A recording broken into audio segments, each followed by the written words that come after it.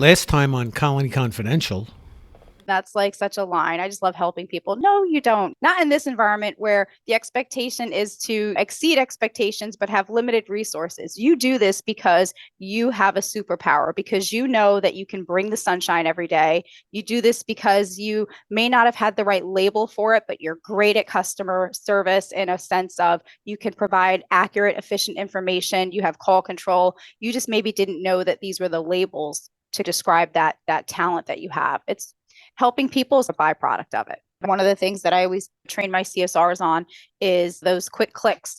As soon as you pull up a customer's account, doesn't matter what they're calling about, I click on service history, I click on notes, like immediately while the person's confirming their name on the account. So if you've heard me in the past talk about that call flow, we teach customer service reps that when you pull up somebody's account, you want to ask them what's the name on the account. And you're leveraging a couple of things there. I ask somebody to tell me the name on the account. One, it validates that I'm in the right account. Two, it lets customers pronounce their name for me so that I can make sure to pronounce it correctly when I say it.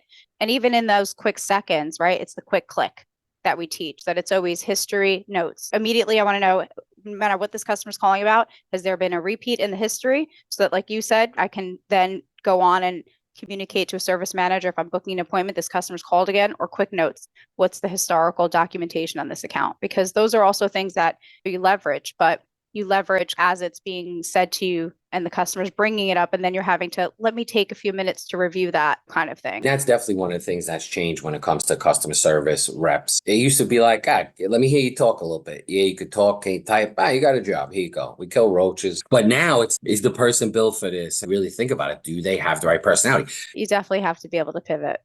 It's not for everybody. There's very few industries, and there are a couple, but there's very few industries that deal with emotionally driven phone calls. And there's cookie cutter customer service, because we're not just talking about being on the phones. Being customer service is a little bit unique in this industry and maybe three or four others, right? Like the medical industry, the medical community, phone calls are very similar. And so it's just a different mindset. But in customer service, looking for people that you're going to invest in, whether training, that you're going to invest in training, ongoing training. It doesn't just stop from that new hire stage, but ongoing training so that they can continue to develop. Because think about it, if you've been a customer service rep in pest control for the last 20 years, we just talked about all the ways that communication has changed, client expectation has changed, the phone, the verbiage, the customer's knowledge. So what investment have you made in your team that has been there throughout that to make sure that they advance? Or as technology advances, maybe somebody that's been with you just 1 year, as technology advances, the retraining that's being put into them to not just learn the software, but learn how to leverage it in their workflow, in their day. Do we just sit down and make sure that people have a good workflow so that they feel confident and in control of their day, so that the day doesn't feel like it's just, out of control? And that's where you add that stress to the emotional stress of phone calls. And that's where you get burnout really quickly.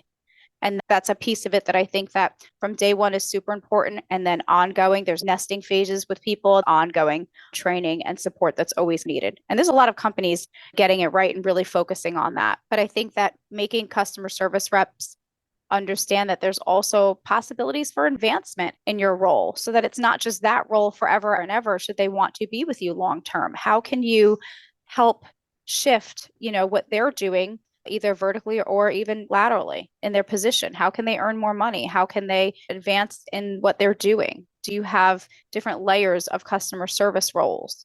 I think those are things that help to enhance your team, enhance their skill set, their buy-in, the culture, and then in turn, you take care of your people, they take care of your customers. All right. So I got a couple of follow-up questions. But first, when you're hiring for the CSR position, what are some of the traits to look for? I definitely look for energy, because you're going to need a lot of it. You're going to need that ability to stay upbeat and maintain for long periods of time. So I definitely look for great energy, great personality, the ability to pivot. I love to hear how people handle adversity. I'll give you one of my questions that I always lean on is, tell me the last time you had trouble learning something, whether it be you just didn't understand it or it took you a little bit longer than you would have liked to get it. What was it, and how did you overcome that learning curve? Because I always want to know what somebody's capacity for meeting friction is going to be. And I also like to hear, were they self-sufficient? Did they put in the time? Did they ask questions? Did they look for guidance when they couldn't understand something? So I definitely look for that perseverance in people. All right. So what's next? Are there emerging trends or innovations in communication, certainly within customer service, the support industry, that you think are worth mentioning? I think there's a ton of obviously it's a little bit kind of old news, but I think a lot of people are catching up to it, is that omni-channel communication environment, giving customers the ability to engage with you in lots of different ways, and ultimately just focusing on making it easy to do business with you. And so they're doing that by making sure that they're available on live chat, and that even that live chat can go from a chat into a text should I need to step away from my computer, but I want to keep the conversation going. They are making sure that they're available on social media and that you can get them in emails, and that there's ways to schedule appointments without even having to talk to somebody when that's all you need. So I think that's really what is everybody's focus on mastering, that way to communicate and make it easy to do business with you going on right now. Yeah. So you are utilizing text for certain clients. Yeah.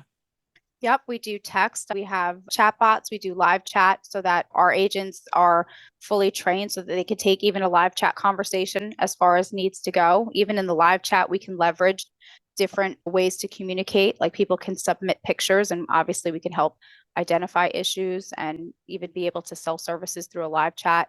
We're leveraging pieces of AI with coming up with lots of different and new things that are on the horizon that I can't necessarily say everything, but ways to get customers to communicate in different forms, make it easy, streamline information. But we've always had the live chat, the texting, emails are something that we can support. We can support communication on social media. That's always been something in our wheelhouse. I love when we can't talk about stuff. That always means there's something big in the works. Okay, so what piece of advice would you offer a PMP that's looking to build, make better, enhance their customer service, their phone communication, and optimize the customer experience? Develop SOPs for customer service interactions the same way you would your service in the field, right? The same way you're like, for this pest, get out this material, inspect these areas, treat this way, mix this chemical. I think you got to treat your customer service experiences the same way and develop SOPs so that, again, from that day one hire, there's something really clear about what they should ask, what they should collect from a phone call, what they should say, so that interaction is as efficient and productive as possible. Do you have a call script? And when you click yes or no, or you mark the answer, that it goes to the next one? I feel like we were talking about that in the very beginning of our podcast with you, because we had something like that. It was called type forms. It would send an email to a general email box with all the answers to your questions. That's what I'm talking about by a formalized call script. Do you currently use one? Did you ever use one? So call scripts are something that we absolutely use during training. I think that everybody needs to have some type of scripted guidance for new hires. People think that scripted is a dirty word, and it's not. It's giving you that control. It's giving you that focus on what you're supposed to be saying and information you're supposed to be extracting. But here's the thing. When it goes into the training of it, it takes 21 days to form a new habit.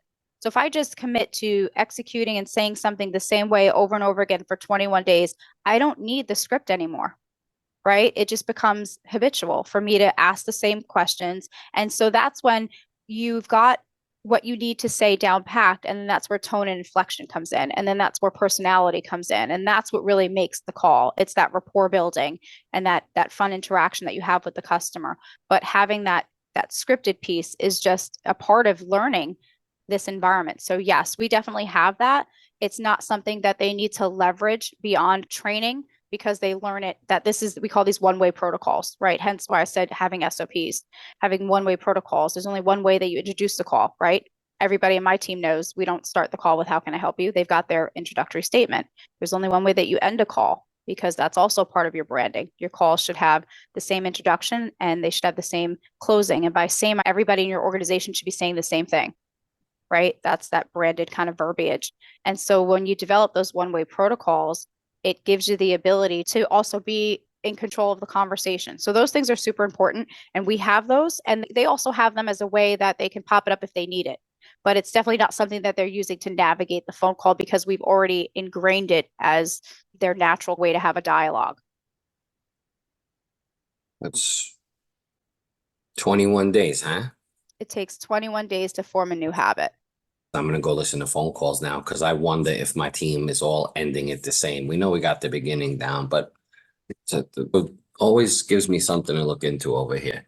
Listening to their phone calls, that's how you do that. You can have your team self-audit their phone calls. You might not managers, you got to figure out how to manage your time and how to have the team manage itself. A well-managed team is a team that doesn't need to be managed. And being able to audit their phone calls and themselves inspect what you expect is important.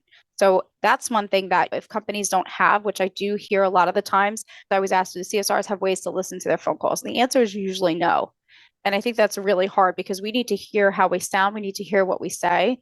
At any given point in time, as much as I just said, it takes 21 days to form a new habit. Sometimes you fall off of that.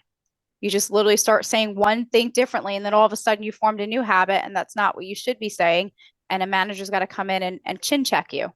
But even when I chin check my team, they'll go, no, I don't say that. And it's play the tapes, fellas. You go back to it and you're like, I know you think you don't say this, but because my team has access to their phone calls, they catch it before I do. That's awesome. So is there a KPI for the amount of times they need to listen, or what's the practice for having the CSR listen to their own phone calls? So we do it a couple of different ways. We also have our down times in call volume, and we use those times very wisely. So we do mock calls with each other. We will what you call like host a topic. So we'll look at data, right? Because it's all about data. So we'll look at our phone calls and we'll say, okay, what calls are trending by pest? And we do this with sales calls. What calls are trending by pest? And then maybe what pushback on sales, what reasons are people giving that we're having trouble getting over? What rebuttals do we need to work on the most? And so we'll pick one. And you can do this with your team, right? You go to your sales team and go, what's the reason that people are telling you they don't want to move forward? And your team will always be able to give you something, right? Some kind of real feel. And that would be the thing that we focus on as a team. Okay, so let's practice these calls. When a customer says it's too expensive, what are we going to say in response to that? But let's practice it. And so we do mock calls with each other where the team does it with each other so that they can practice one person being the customer, one person being the call center agent. And it's just something that we put into our agenda. We make time for it. That's the problem with that, is just not making the time for it. So we just pencil it in. All right. 2 phone calls. So we've only had one for managers to do it, but the self-managing piece, I like it. I do. It's my dream of a utopian pest management firm. Yeah, So I think this was ingrained in me in my younger years in working in the company that I was at. The expectation of the team in my mind, I always envision it like an orchestra. And there was always the maestro, right? What is it? The conductor. And so that's like your manager's conducting, but everybody there is responsible for learning their instrument. And everybody's responsible to come to this concert and play to the best of their capabilities because they've practiced this song a million times with each other. But that all he does is stand there and just point. And then that's how I treat my team. And so they know what's expected of them. They have the resources. They have the ability to practice. They have the ability to come to me and say, listen, I'm struggling playing this note. How do I do it? And at the same time, all I have to do is at the end, when it comes to the performance, just stand there and point. And if you can get it to that, then that's ideal. Not everybody has the resources. Like you just mentioned, listening to the calls. Again, there's technology for that, right? If you don't have time to listen to the calls, there's plenty of platforms that will scrub calls, listen, and give you feedback on it. I just think we leverage things like that. Again, things that are in the works for the future to be able to put out there to the public. But I also just think it's important for agents to be responsible to listening to their calls, because there's that listening to yourself and knowing, oh, I should have said that. Oh, that's where I'm not saying that. There's that part where it's not just me telling you, that has a little bit more buy-in to it. you keep talking about these things in the works. Can't wait to hear about them. I can't keep talking all this about customer service and training and not put something forward to the industry that's going to benefit those things. It's coming. It's coming. You may hear about it here first. We'll see. Second, after Margaret announces it. So I told you about my shitty review, the issue that I had. We've spoken in the past about those crazy calls and irate people, etc., bad behavior by the consumer. How are you training your team members to handle those type of calls, the customers and the concerns? It depends on what's being thrown at you. If it's customers that are upset, they obviously have a call flow. a way that they can de-escalate customers using certain keywords that are brain food. That all goes into our training and the way that we handle calls. There's certain things that not only just my team, as somebody who is dealing with some of these things that you've seen in the news lately, these wild stories, like how do you handle that call? Mrs. Jones calls in with something that's completely crazy. Listen, I was a customer service rep too. I would get phone calls from customers all the time that were just not on topic of what I'd been trained to deal with. Oh, I just watched my video camera and I watched your technician alleviate himself in my bushes. I've heard some wild stories. And as a customer service rep, you are not prepared for that. How do you respond to that in a way that's going to create this favorable outcome? Yes, you've got the ability to transfer the call to a manager, but it's also about what happens in that moment there. Right. You hear me talk about those 2 times in customer service that are most crucial. The first time that they call you with an issue, and then when they call you when they're completely unhappy. When somebody's calling with an experience that is outside of what they normally experience, I tend to use that as leverage. Right. There's that quick click again that I talked about. If I'm looking and you pull up your account and you're calling me guns blazing and I've pulled up your account, my quick click, I see that service history. At quick glance, I might see that you've been a 10-year customer and then you're yelling at me about what just happened. I might use that as leverage. I might say, Mrs. Jones, I apologize that you've experienced that, but you've been a customer with us for 10 years. I would hope that you would see that's not our normal or everyday service level. And I do appreciate you taking the time to tell me this, and this is what I can do. So maybe leveraging the fact that somebody's been a 10-year customer and that potentially whatever that is, you would hope that they've never experienced that, and that there have been other service technicians that have shown you great service, that this does not define who your company is. Why not use that on the call? No. Yeah, it's training for all of those things, like that quick click that you keep saying and going through the history. We were talking before about training, and one of my pet peeves in the office is how come you don't have your headset on? Mm-hmm. Your headset should always be on, right? I walk in and sometimes people are having a conversation on speaker, and I'm like, what are you doing? So once all of the construction is done in the office, my plan is to remove all of the actual phone headsets that are connected. Oh, the I'm desk removing phones. them. Yeah. Even with headsets, here's my pet peeve. My pet peeve is listening to the person answer the phone and you can hear the disheveling of the mic as they're putting their headset on. That is a pet peeve of mine. I don't want to hear, because again, perception, I don't want to hear that you aren't ready for my call. So even those little things for me is a part of that customer service experience. Yeah, I agree. I'm sure once I get my whole team using their headset, I'll figure out something else to bother them about that needs to make the experience better. Like you just said, that, oh shit, let me put it on.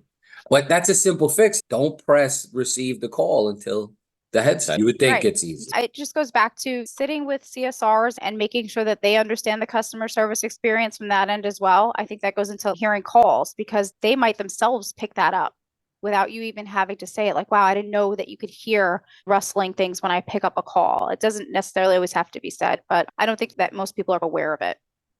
So what do you think about taking a call on speaker as a CSR? I would never do it. There's too much noise in the background at any given point in time. I've been on the phone with customers where they can hear background noise, and maybe you're typing and let me look up the schedule, and then they hear somebody else and they go, are you talking to me? Was that me? Think about the surrounding interactions that are happening with you. I definitely would advise from not taking a phone call on speaker. I think that headsets and dual monitors, like I mentioned, even somebody's workspace, go into impacting performance, and you want to have people set up for success.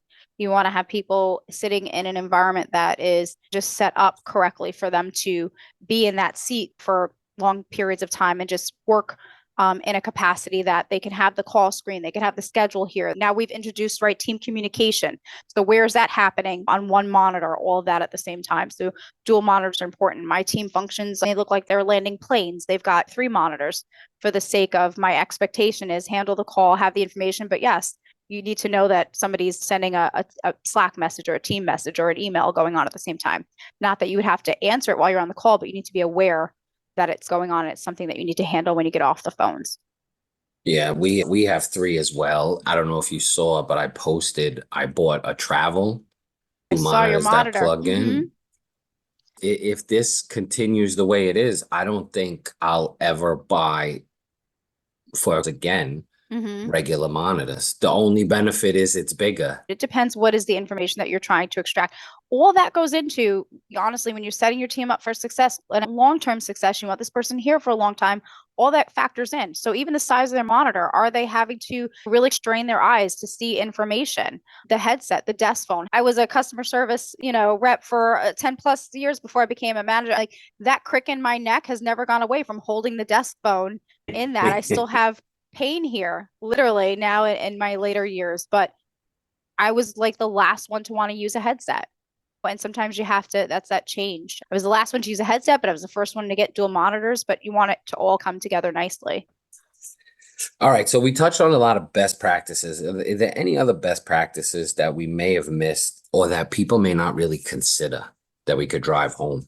I think that best practices may also tie into things that you're not doing that are important, is to have transparency with your team on KPIs, on key performance indicators. And when I say team, again, I'm always talking about this side of the fence in customer service, the same way that I'm sure you look at technicians at production, right? And how much they're getting done. It's the same thing in this environment. I think that it's a best practice to have customer service reps know where they stand as far as their call metrics or anything else that you're maybe looking at as far as goals, daily goals, weekly goals, but do it in a transparent way. By that, don't wait to have a 6-month meeting or a 1-year annual review to say this is who you were. They should be able to see every day who they are. The KPI thing is something that we've been talking about internally throughout the year, at the very least on a quarterly basis. But I was recently at an Insperity Brain Trust. Never heard of that before. It was fabulous. But what I learned, and it was fabulous. I mean, I know I'm making a joke of it, but it was. Shout out to Insperity for inviting us. In Insperity, you can track KPIs. Of course, you have to set it up, but you could track it and update it. However you can on the back end, build something so that they have access to it. I think it's super important. I tend to run my team the way I felt as a CSR and the things that impacted me. And I used to honestly abhor having an annual review. That was the only time I sat down with my manager to talk about my performance, because in my head, I was like a 10. And I was definitely going into this review, getting this high raise. But the week prior, I was spending money I didn't have yet. And then we'd get into this review and my manager would just talk about things that I did 6 months ago and how I did them wrong. And I'm like, I'm not even that person anymore. We already talked about that. What does that have to do with the now? But I was being judged on those things. And not that's not important, but I just think that having those one-on-ones to have time with your team to say, how are you doing? And then the monthly is to go over the performance. But you don't want to wait, right? You don't want to wait a whole month between meeting with somebody to go over things that are happening. So having something that they can log on to and see, like for our call center environment, we're looking at obviously call durations, our average call times, after call work times, our sales calls, things like that. They could go on and see, but it also started from that training and that day one hire to say, okay, these are the things that we measure on, and these are the goals, so that you're not waiting for me to meet and tell you, okay, 50% is not a good number. You want to know what that goal is. They can log on and see at any point in time. So we talked about empathy a little bit. In the CSR world, it's always been remote because there's not a lot of human interaction. But the impact of remote work on phone communications, what do you think it's been? Has it changed? It's hard because in my space, we've always had people that have been remote since day one with Grit, since pre-COVID. We've always had remote people, maybe in different parts of even New York, far away from the office, where they don't come into the office. And as we've grown, we're in the United States, but we're different states. The majority of my team is actually in-house. And sometimes I believe, again, personally, that our strongest team members tend to be the ones that are in-house. And that's probably because from a management perspective, I can hear you and I can react to maybe something that needs to be modified. So remote work, there's people that are fully remote and just as capable. I think that managing people is just a little bit harder. So it's just more work on a manager. And so it depends on what your company, what your organization has as far as time to be able to manage either both, because then you have two issues. If you've got in-house and you've got remote, then you have to work on culture and how to bring the two together so that they don't feel like they're on their own islands. And then if you're fully remote, you just have to pivot and manage things from a different perspective. And that inspecting what you expect is maybe just a little bit harder, a little bit more time consuming, and you have to leverage more pieces of technology, like being able to listen to calls and the time that it takes to really figure out what these people are doing when they are remote. And then it also goes back to even who you hire. It takes a different personality. Like you mentioned on those profiles, it takes a different personality to work remotely than it does in-house. You're looking for people that are way more conscientious, that have higher energy levels because they have to be able to motivate themselves, and they have to be a higher level of conscientiousness when it comes to their work, being able to make sure that the quality of their work is good. So it really depends, I think, on your management team and what they're capable of doing when it comes to what's better or what works. Just putting a lot of faith in the management team, right? There's the part of, I still believe that a well-managed team doesn't need to be managed, but there's those touches. And I just think remotely it's harder to enforce those touches. And it can be done, especially with technology nowadays. But it's also, I think, being remote, culture is really important. And so for our team, we do a lot around culture and bringing the two teams together, the reps that are remote and the reps that are in-house, because I think that when you are remote, it's harder even for the employee to stay connected with who they work for, because who they work for just feels like you're just sitting at your desk and it's a computer, and there's not this entity behind the company. There's not this relationship to the brand, and there's not this commitment to the culture when you're remote. And maybe it's harder.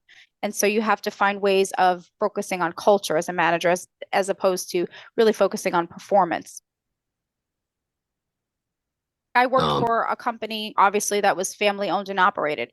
And I think that a lot of my passion for giving great customer service came from the fact that the owners were there, they were present, they walked up and down the aisles. And so you did it for the owners and the company and the culture. How would I have really felt that or built that bond if I was truly remote from day one and then remote forever? I think it would have been harder to see that. You need to be an amazing speaker to get that from remote people. You need to be like one of the best speaking presidents ever, I would say, was Barack Obama. When you heard him, and everybody will say this about him, you need to be like that to get remote people. You need to give your speech, whatever it is, and your people need to get their hair standing on the back of their neck to really get that message across. It's not impossible, it's just hard. Yeah, and everybody that worked at it was can we say it? The name of the company? You don't care? Oh, absolutely. Yeah, so everybody that worked at McHale, everybody I know that worked there would talk about Jim's kickoff speech, no matter what. And I've known Jim since I've been in business, and I've known people from his company for 20 years, and they've all said it. Even people that left, maybe not on good terms, all have the same thing. He really got that kickoff meeting going. And you're right. Maybe you would get that from him remotely. I don't know. It would just it would be a lot of recordings and a lot of live feeds and live streams. And that's just where it's worked. That's all. It's the whether or not you've got the time for that. And that's where it's just harder, not impossible. Absolutely. Nothing's impossible when you put your mind to it. All right. Time flies when talking to you. There's so many questions and then we expand on them. All right, so final one, where is Grit appearing in the upcoming weeks and months? Where will you guys be? Are you traveling? Are you at any trade shows? Yes, we're traveling all the time now. We will be at the Women's Forum next month in Georgia. That's amazing. We'll be there, and we'll be at the Texas Pest Expo. And obviously you've got Pest World coming up. There's a couple of things in between on the agenda, but those are what I can think of off the top of my mind. We're really trying to get out there and get more involved in the industry. It's been a complete blessing the past 7 years to grow from word of mouth. But I think that talking about things like customer service and training and other kind of things that are important to me in the industry are what we're trying to also focus on and get out there and build awareness around. Listen, it's a perfect storm for you. One, it's trending. It's been trending for a while, focusing on this piece of any business. And two, you can speak on this for days, and every time we speak to you, we get something new. It just took you speaking about it for everybody to realize, right? Everybody one-on-one when met you were like, wow, now we just got to get it to the masses. Where in Texas is that Pest Expo? It's at the Fort Worth Convention Center. Okay. We just came back from the Arizona one. Yep. And Texas is next at the Fort Worth Convention Center. Obviously, the Women's Forum in Georgia, the beginning of next month. Yeah, that's NPMA, right? We're going to Texas too at the end of the month for a sales convention, but it's in the Dallas area. Lots of great things happening in Texas. All right. So again, Margaret, how can people that want to know more and talk to you or a member of your team to get more information on how they can use Grit services? Are you speaking? Are you a paid speaker yet? You should be. Can you go out and do training with people? We've definitely expanded our ability to do training workshops for companies. That's something that's always available. And as far as speaking right now, I've been to a couple of engagements. Washington, Texas was one of the recent things, which is why I thought it was great, the things coming out of Texas. Washington, in fact, I mentioned this to you, we did a talk on customer service that they wound up getting approved through the department there, and it counted as a CU credit. So there's some amazing things happening in the industry when it comes to this space. And that's why we want to put forward more opportunities for companies to be able to invest in their team from a customer service training, something that's specific to the industry so that it helps develop their team in a more focused way.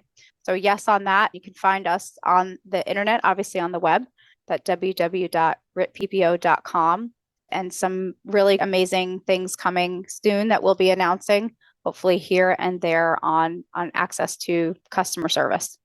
Any sneak peek, any teasers on that? Or that's the extent of the teaser?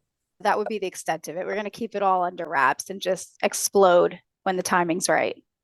All right. And what's the phone number to Grit, even though nobody uses phones anymore, even though we're talking about phones? It's 914-930-8700. And you're right. I almost didn't remember it. Even learning your number now. Somebody asked me for my number the other day and I went to type and they were like, no, give me your phone. And they just tapped my phone and the contact information popped up. Who knows? I might not even know my number in the next coming years. All right. Once again, Margaret from Grit PPO, the only place to go. Oh, that rhymed. The only place to go for all of your CSR needs and outsourcing of your calls, overflow, answering after hours, or just if you're starting a new company, this is the place to go because you get everything. You get the notes, you get the experience of Margaret and her team, and you get sales instead of letting the phone ring and losing out on money. So, Margaret, thank you again. Mr. America, we missed you. We'll see you when you get back from your travels.